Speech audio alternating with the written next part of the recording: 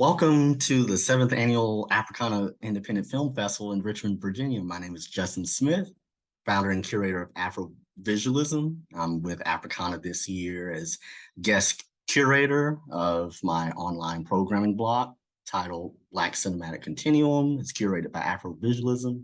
And then each of the artists and filmmakers I've chosen for this programming are artists that have works that align with my practice of Afrovisualism and the Black Continuum and the ideas of Black creative and visual expression, and that it's always continuous. I'm so happy for us to be in conversation, Tarona. Can you please introduce yourself? Yes, thank you for having me, Justin. So my name is Tarona. I'm an artist and director based in Rotterdam, the Netherlands. I work with photography and film, and my main focus is researching the visual representation and misrepresentation of Black Afro diaspora, Caribbean, and Latin American people. So that's me in a nutshell. Awesome. Well, we're going to get right into it. So Pivot, it's your first film, it came out in 2020. I remember when it first dropped that it was incredible.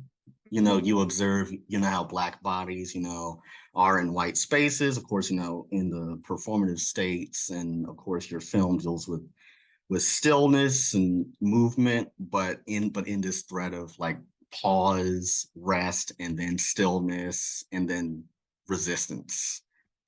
Just let's talk about the film. What was it like bringing it to life? And can you talk a little bit about your introduction to filmmaking? Yes, so I'll start with my introduction into filmmaking. So I actually have training in the film industry. So I've actually lived and worked in New York, and I used to do an internship with a company called All Expanded. Later on, I moved to Antwerp, Belgium, and I did a traineeship with a production company called Caviar. And I was trained from, a PA all the way to, an AD, so helping the director, like getting things done.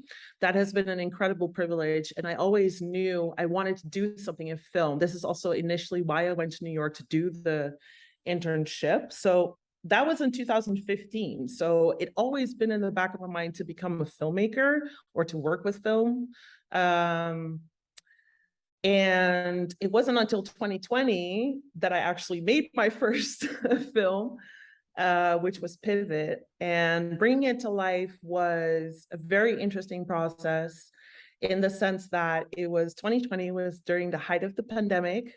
So it was practically impossible to find anyone who wanted to shoot this film with me, because either people were afraid of we're going to get coronavirus, or all of this strange circumstances that were happening. We've all been in it together. So it was an adventure. And eventually, the dancer Chanel Viant, who is playing the main character, so to speak, we were just like, we're just going to do this ourselves. And the idea came to me initially because of the Black Lives Matter protests that were happening around the world. Which were also obviously happening in the Netherlands, especially in Rotterdam, where I live. We have a large Black community that were very active within those protests. And I recall being, emailed by a lot of companies and people, or getting messages on Instagram, because everything was blowing up at the time, where they were like, would you like to do a photo shoot for this and speak with this? And then I was thinking about, how during these times of real unrest and, traumatic experiences for us as a people, how we were still asked consistently to show up. And it was such a strange situation to me, where I was like, can't you just leave us be and give us space to think about all of these things so that we can process everything that's happening? And, from there on, I just, there was a lot of thought that was happening into it. I think if I have to expand on everything, the interview is going to take too long. But that is basically the gist. You know, it was made during a time where, you know, performative Black squares were everywhere. And, you know, I saw our community really needing time and space. That was like the biggest takeaway for me. So that's basically how the idea came to life. That was the seed, that was the spark. Yes. Definitely. Yeah, because the timing of your film, you know, especially I remember when I first saw it, I just felt like this is what we needed because as you just spoke about 2020, you know, being that really chaotic period of all of the things regarding Blackness just coming like from all directions, and it was loud, it was chaotic, it was so many things. And I feel like what your film has done is it's provided like that stillness that we were so craving during that time, was really that stillness. And I feel like that stillness has really brought us so much, you know, coming out of 2020. We really needed, not as, you know, just myself as an individual, but on a collective level, we needed that time. And you know, we're going to get into it more, but you know, can you talk about, you know, as far as way the ways you developed your aesthetics, like in your frames of reference? Because, you know, Pivot has, you know, lots of, you know, color, you know, it has texture, you know, film grain textures, you know, your signature, you know, purple type, you know, paired with the gold garment. And I remember on Instagram, you were dropping all of those little visual inspirations and little Yes. caveats, which was really cool. You know, just, yeah, you know, just So there's a brainstorming. lot that actually went into the film.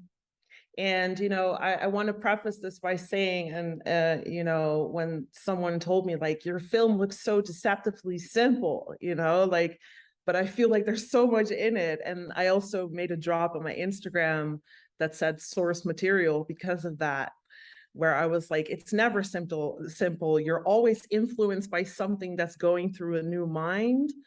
And this has definitely been the case for me. So one of my biggest inspirations in terms of the time progression, so that it slows down, that idea came from two things. So one, it was the idea of us slowing down as a people. And then visually, one of my favorite pieces definitely came to mind, which was Jenny Kiru's film for Hubtones. I'm not going to call it a music video because it's a film. Right. Was the film for Hubtones, and because I also saw a talk with her once where she said, you know, we need that time and we need that space, especially as Black women. You know, we're always going and doing something. And so that was an homage to definitely her work. You know, there's a reference in Camera Movement, which was based upon Francis and the Lights, the music video for The Top, which was, so that's where the camera movement came from. Later on, I also actually realized that that same camera movement also is embedded into Michael Jackson's Bad. So I didn't realize that until later on. I was like, maybe that Yeah. was actually the reference. The color grade was based upon, so I made a treatment also like, this is the way it needs to be color graded. And the majority of the color grade was based upon Tukibuki by Mambeti. You know, because of the roots of the film, what it's about, where it's taking place. So it's an homage also to African cinema. Obviously, the opening is based upon the quote by Tonya Pinkins, which I found very striking. The movement is based upon the dancer Judith Jameson. I mean, I can share with you at some point the, you know, all the visual mood boards for it. I think you would like that for sure. The lighting, I was thinking about Blow Up by Antonioni, who's one of my favorite directors. The wardrobe was based upon gold. So the idea that gold actually straight comes from the universe, and that a majority of gold is also found in Africa. So I found that linkage, you know, back to my roots, back to my heritage. And the sonics, the music and the sound design was based a lot on Until the Colors Come by Flying Lotus, actually. So that was the main inspiration for the music's sound design. So these are all the ideas that like went into it as I was developing the film, where I was like, you know, you're pulling from all these different sources. I'm always reading, I'm always looking, I'm always doing stuff. You know, some people say, what are you doing? And I'm like, I'm just collecting, you know, I'm just Right, yeah. collecting time before I filter out, you know, and that is also creating the work before you actually create the physical work, for sure. So that's the extensive list of everything that's gone into the film in terms of inspiration. Yeah. I love it. You know, the references are, you know, what make your artistic practice what it is today, right? Like you like the way you spoke about, you know, Jen Nikiru, you know, shout out to Jen Nikiru because of, you know, the intentionality and the intuitiveness behind film and cinema where we are now is because of the work, you know, artists like herself and Khalil Joseph's put in for, you know, for your work and also my work to be able to have like this layered sense of research like being the foundation of where all these ideas and images and visuals take off and and also too like we've talked about, you know, your culture and how that relates to your visual language. You know, in past conversations you were telling me that it was your mission and dream to create a visual language, you know, based on the philosophy and concept of lingua franca, uh, Mhm. language used for communication between people who don't share a native language. So you are currently in the Netherlands in Rotterdam right now, but you grew up briefly for a brief time, but you also traveled back and forth briefly to Curaçao. So can you talk about in a way how has language served as a link or like a vehicle to explore like the connectivity you have between being Black, being Dutch, and being and having a Caribbean heritage?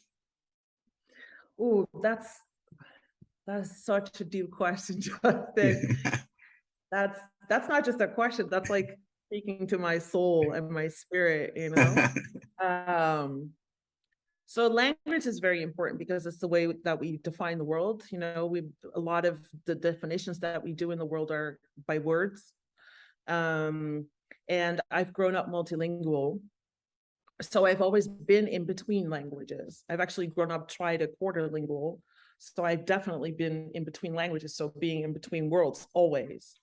And so language has always been very important to me. And it was later on that I realized that there was such a thing as visual language and that you can also connect the two. So the spoken language and the visual language. And by the visual language, I don't mean things like graphic design, because those are always, they also have their roots in like text. But visual language such as cinema, music videos, you know, because I'm from the 90s, I grew up with like MTV. So visual language was very important for me. And to, you know, I became aware of the fact that you can also express yourself visually as well as, verbally in written words. So language has always been very important to me because it's also a way for me to connect with other people. You know, I feel like language is a very important thing next to vibration, which is like the higher plane of language, I think, where you just feel someone. You know, vibrations are also a language. Even if you can't speak the same language, you can still feel each other in a different language on a different plane. So I'm interested in all types of languages, from verbal, written, spoken, like, physical body language, visual language. So language is very important to me. And the reason why I'm so interested in like language, and especially the idea of a lingua franca, which is a bridge language, essentially. So English, for example, is a bridge language for those who don't know what a lingua franca is. But Papiamento, which is the native language that we speak on the island where I was born, is also a lingua franca because it was built from Dutch, English, Spanish, Portuguese, French, Creole. So it's like all of these languages together that became a new language. So I think inherently and spiritually, that feeling has always been inside of me. And through my artistic practice, I realized like I want to create a visual language that also does this, you know, that doesn't necessarily talk about this topic, but that is the language on its own. So language in that sense has always been extremely important for me. I don't know if I answered your question. I think I went off into like a spiritual rant, but did I answer your question? Could you repeat the question again? I'm sorry. Well, you answered the first part, but also I'm interested in your relationship with home and what that means to you between Rotterdam and Curaçao, and the feelings you have dealing with that in between. Yes. So this is something that I've been thinking about a lot, as we've discussed about it multiple times. I've written about it also. There's this beautiful saying by Napalm, who is the lead singer of Hiatus Coyote. She has a song which is called Homebody. And one of the sentences is, home is in your body. And I feel like this is this is how I'm currently feeling about it, because I was born in one place, raised in another, living in a different city. So I'm always in between spaces and places. I'm always in between languages. I'm in between cultures. I'm in between colors. I'm in between everything. Which, for a long time I've seen as a curse, but now I see as a total blessing, because I'm like, I can navigate all these spaces. I am the compass. So I think in that sense, home to me is how comfortable I feel in my body with myself, my own thoughts, and my spirituality. And I think a large part of home is also community. So for me, it's not necessarily the space that I'm in. I have a house, I have a studio, I have all these things. But home for me is how comfortable I feel with myself and my progress and my inner space and the people that I spend time with. I think that is mainly what home means to me, because living in Rotterdam does feel like a certain home, but I also know that it's not completely home to me on some level. And when I went home to Curaçao this year, I definitely didn't feel at home, because it was like I didn't grow up here. So even though it's my culture and where I come from, I don't necessarily feel at home. So yeah, home is within me, for sure.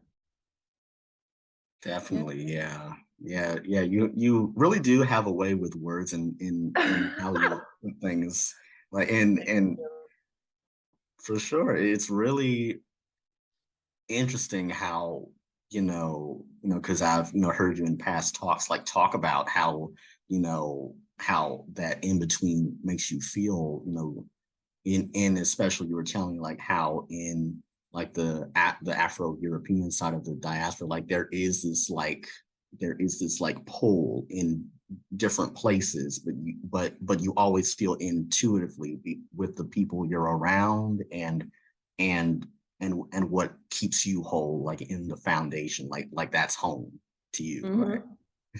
Yes. Of Yeah. course, love it. Yeah, so we've talked about like your continual frames of reference. We've talked about your threads, and what really inspired like this programming was in reference to the Afrovisualist practice and Black aesthetic continual theory. I've really been thinking about cinema and the ability to engage with multiple threads and connections in one. And you were just describing that with how Pivot came together. And what comes to mind is how artists are theorists and how artists can engage with theorists, like how Jen Nakuru engages with Tina Camp, and Tina Camp engages with Arthur Jafa through Khalil Joseph and John Kamfra. And that's how, that's what builds that community that we have when we talk about these ideas that we have. And with Afrovisualism, like I've really been thinking about the continuum of sampling through hip hop, through these ideas, and how with those ideas in the spaces and in the way you can create a film, it also creates like this liminal space of where the ideas live and the way that the images have this resonance to them. And Pivot definitely has that with the slowness and the sound design we're talking about, until the quiet comes and until the color come from Flying Lotus. Like definitely I remember listening to Flying Lotus years ago and coming to his work from a different perspective through the theory, which really informs how where we are right now with cinema, where we've been with 2020 and where we are now. Like your film Pivot like really like hits all of those touch points. Thank you. Thank you. You're Thank welcome. You so Yeah, and I've really been thinking about community. I've been thinking about like Virgil Abloh, rest in peace, and his open source approach to art making, to fashion. And one of the things that he speaks about or has spoken about in the past is creative collaboration as a tool for community building in plain sight. And that's how I see like the languages of cinema and Black cinema traveling as it goes along. Like it becomes this communal space. Doesn't have to be physical, doesn't have to be digital, but it's all of us. And Jen Nakuru also has this question where she says, like, how do we allow the archive to constantly be creating? And then she had a question also where how much can the work be interrogated and how can aspects of the archive and the continuum be remixed as a new form of engagement? And that's where the continuum really opened itself up to me, and we're here now. I understand that for sure. Jen has had a major influence on my personal development as well, not just as an artist, but also as a person. In the sense that, I feel like my artistry and my person are linked together also in many, many, many, many, many ways. But it's the idea of the archive. And I think one of the most important ideas that I got from that, from her, I call them her teachings, because she doesn't necessarily, she's not my teacher, but by, the world is an open archive. You can take what you need and leave the rest. And by, reading or looking into information or films or talks, you can gain all of this knowledge, and it's out there. It's for you to see and hear and listen and, digest. And, one of the things that she really got me thinking about is like, what is an archive? And how are we adding to that archive? Because we're looking at, you and I often talk about Michael Jackson, for example, and his visual output, which is an archive. But at the time he was doing the output, it was contemporary, So right. It's like, what I'm doing now is contemporary, but it also goes straight into, I hope, in an archive. It becomes a point of reference for someone, hopefully in the future, to look back on and be like, this was made in 2020. This is something that I can pull from now, just like I've pulled from, Jen Nakuru, how I've pulled from Flying Lotus, how I've pulled from, all these beautiful individuals who are extremely intellectual and extremely talented, and who have definitely left a mark for all of us on this world. And it's just out there for us to see, So it's like, the archive is something that constantly lives. It's something that constantly breathes. And therefore, I think it should also be treated as a living being. You know, you should always honor it, you should respect it, but you should also think about, okay, what are the boundaries? How can I, you know, interact with those boundaries? How can I add something? How can I learn from it? How can I give back? You know, and that's that final question. How can I give back to the archive that is living and breathing? So like, if the archive was a person, if I were only to see that person once, what would I give them that they can take forward with them? You know, when this is how I view the archive at this point. So this is why it's also taking me a long time to create a new film, because I'm thinking about like, you know, what am I going to do next? What is it? Of course, I'm thinking about it. I know what I want to do, but it's also the conscious choices of like, what am I putting into the archive now? You know, what am I putting out? And who will this be for? Where will this go?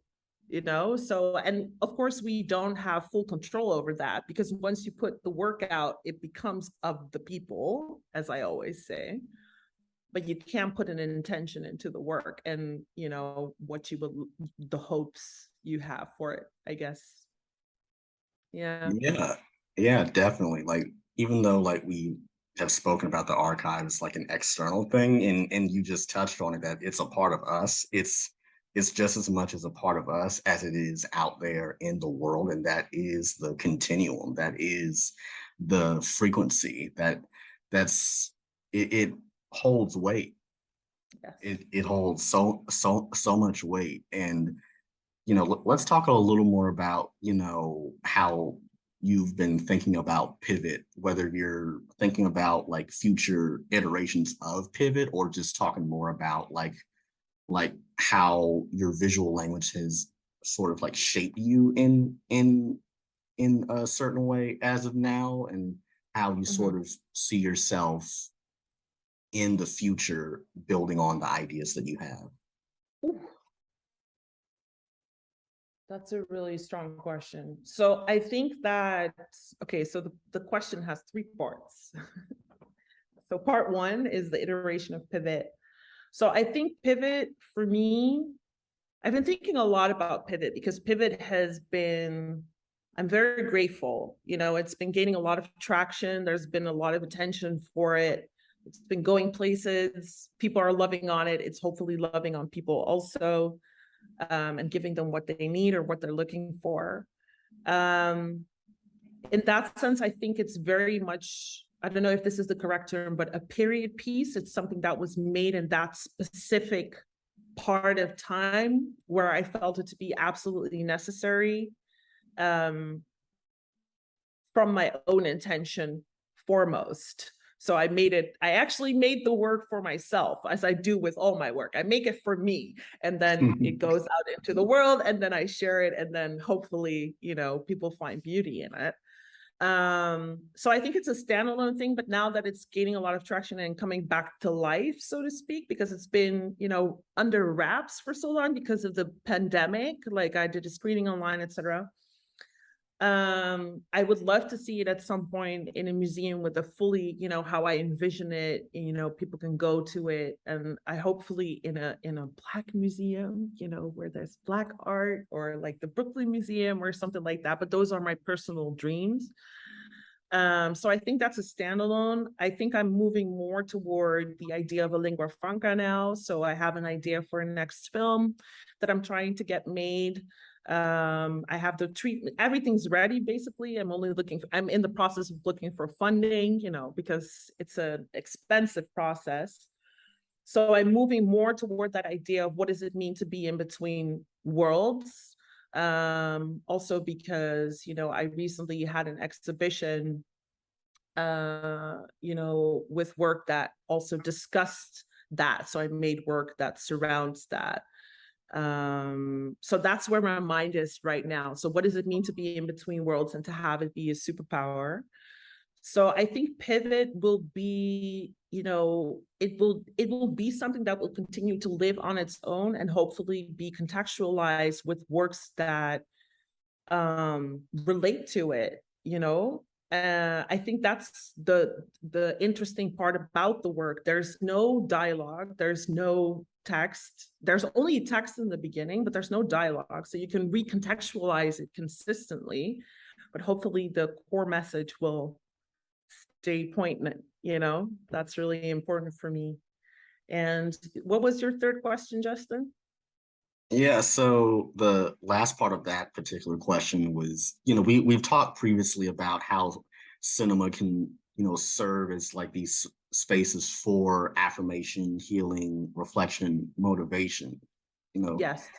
how like in a way, like you've kind of like touched on it already, but like, Pivot really has served as like this breathing space, like this space to breathe and exhale and like really like process. And that's definitely, a big part of, creating this work is the process. I always say like the process is the work itself. Yes. So, how has it, served, that space for you or any of those spaces? You mean the film specifically? Yes. I think the film, for me personally, on a individual level, what it has done is show me that I can stand behind my ideas and that someone else will also resonate with these ideas. So it has solidified my idea as an artist and as a filmmaker. Um, from an artistry standpoint, it has shown me that theory, research archive can actually be brought back into a format, because there's a lot of thinking that goes into a film like that. And it's not just the visual, it's the spiritual experience of putting all those things in there while you're working on it. That is something that has showed me. And what it has also showed me is that, the work has a life of its own, which is what I meant by the living and breathing archive. It's part of the archive now, and it has a life on its own. It's doing its own thing. I mean, Pivot is just going places and it's doing its own thing. And it's also the process of letting it go in some ways, of course, guiding it into the right spaces, like Afrikana Film Festival, having it on your program, for example, which is a huge honor for me and a privilege, but also being conscious of like, okay, where do I want it to go? Who do I want it to see? Who is this relevant for? And a lot of people have asked me like, who did you make this film for? And like I said, I made it for me, but I think deep down I've made it for all of us, and by us, I mean, especially the Black community, because I really do feel like we need more work and more time and more space to see ourselves on the screen without dialogue, without too much movement, without, just being, and I think that, that is the most important thing for me, that eventually, even, at some point, I've been thinking about my mortality a lot, which is morbid, but like, I hope at some point when I transition, and I hope it will be long before that happens, that the film will still continue to inspire many people in that way of like, it's okay to rest. It's okay to take up space. It's okay to be yourself. It's okay to not do anything for a minute, especially if you're a Black person. So those are my hopes for the future. And for myself, I mean, I'm just doing what I do, and we'll see where it goes. I'm just Yeah. being me. Yeah. That's all you can be. You can't Yes. only be yourself, can't be anyone else. Exactly, so I don't put too much weight on this is what I'm going to do or this is what I want to be. Of course, I have plans and I work towards them, but I've also reached a point where I'm like, I do discuss some things with some people, but the work will eventually come out when it comes out. And I think that's the most important thing. I'm only a vessel. I'm only the one that makes it and then it goes out into the world. And I'm not the most important thing of the whole process. The work is the process, like you said.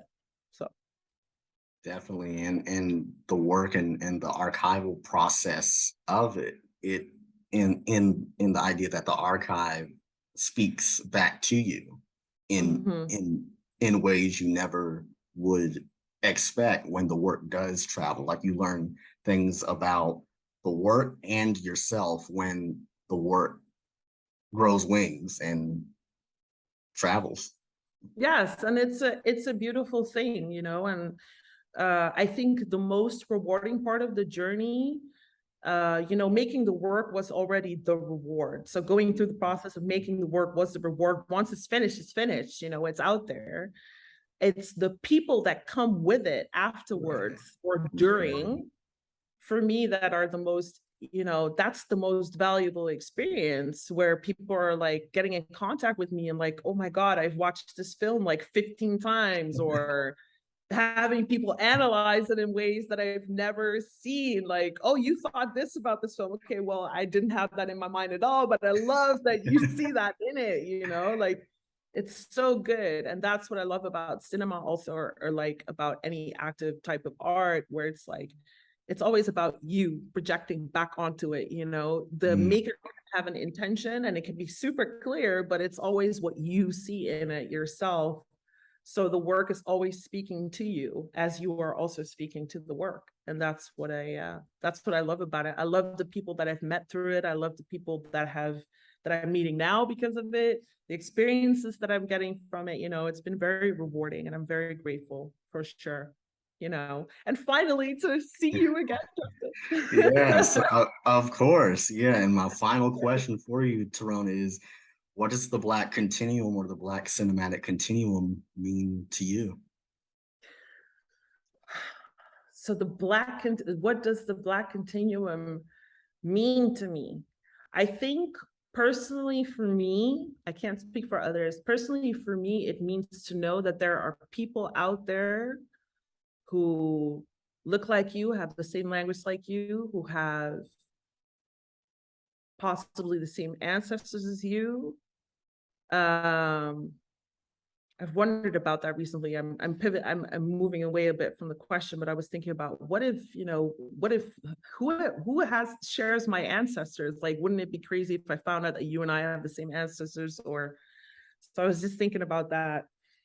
But what the Black Continuum means to me, the visual continuum means to me, is to know that there's an archive out there of people who have gone before me, who are currently with me, and who will come after me, that will continue to add and to inspire and to educate. And I think that is very, very important to know that there are peers like you, that there are people out there like you.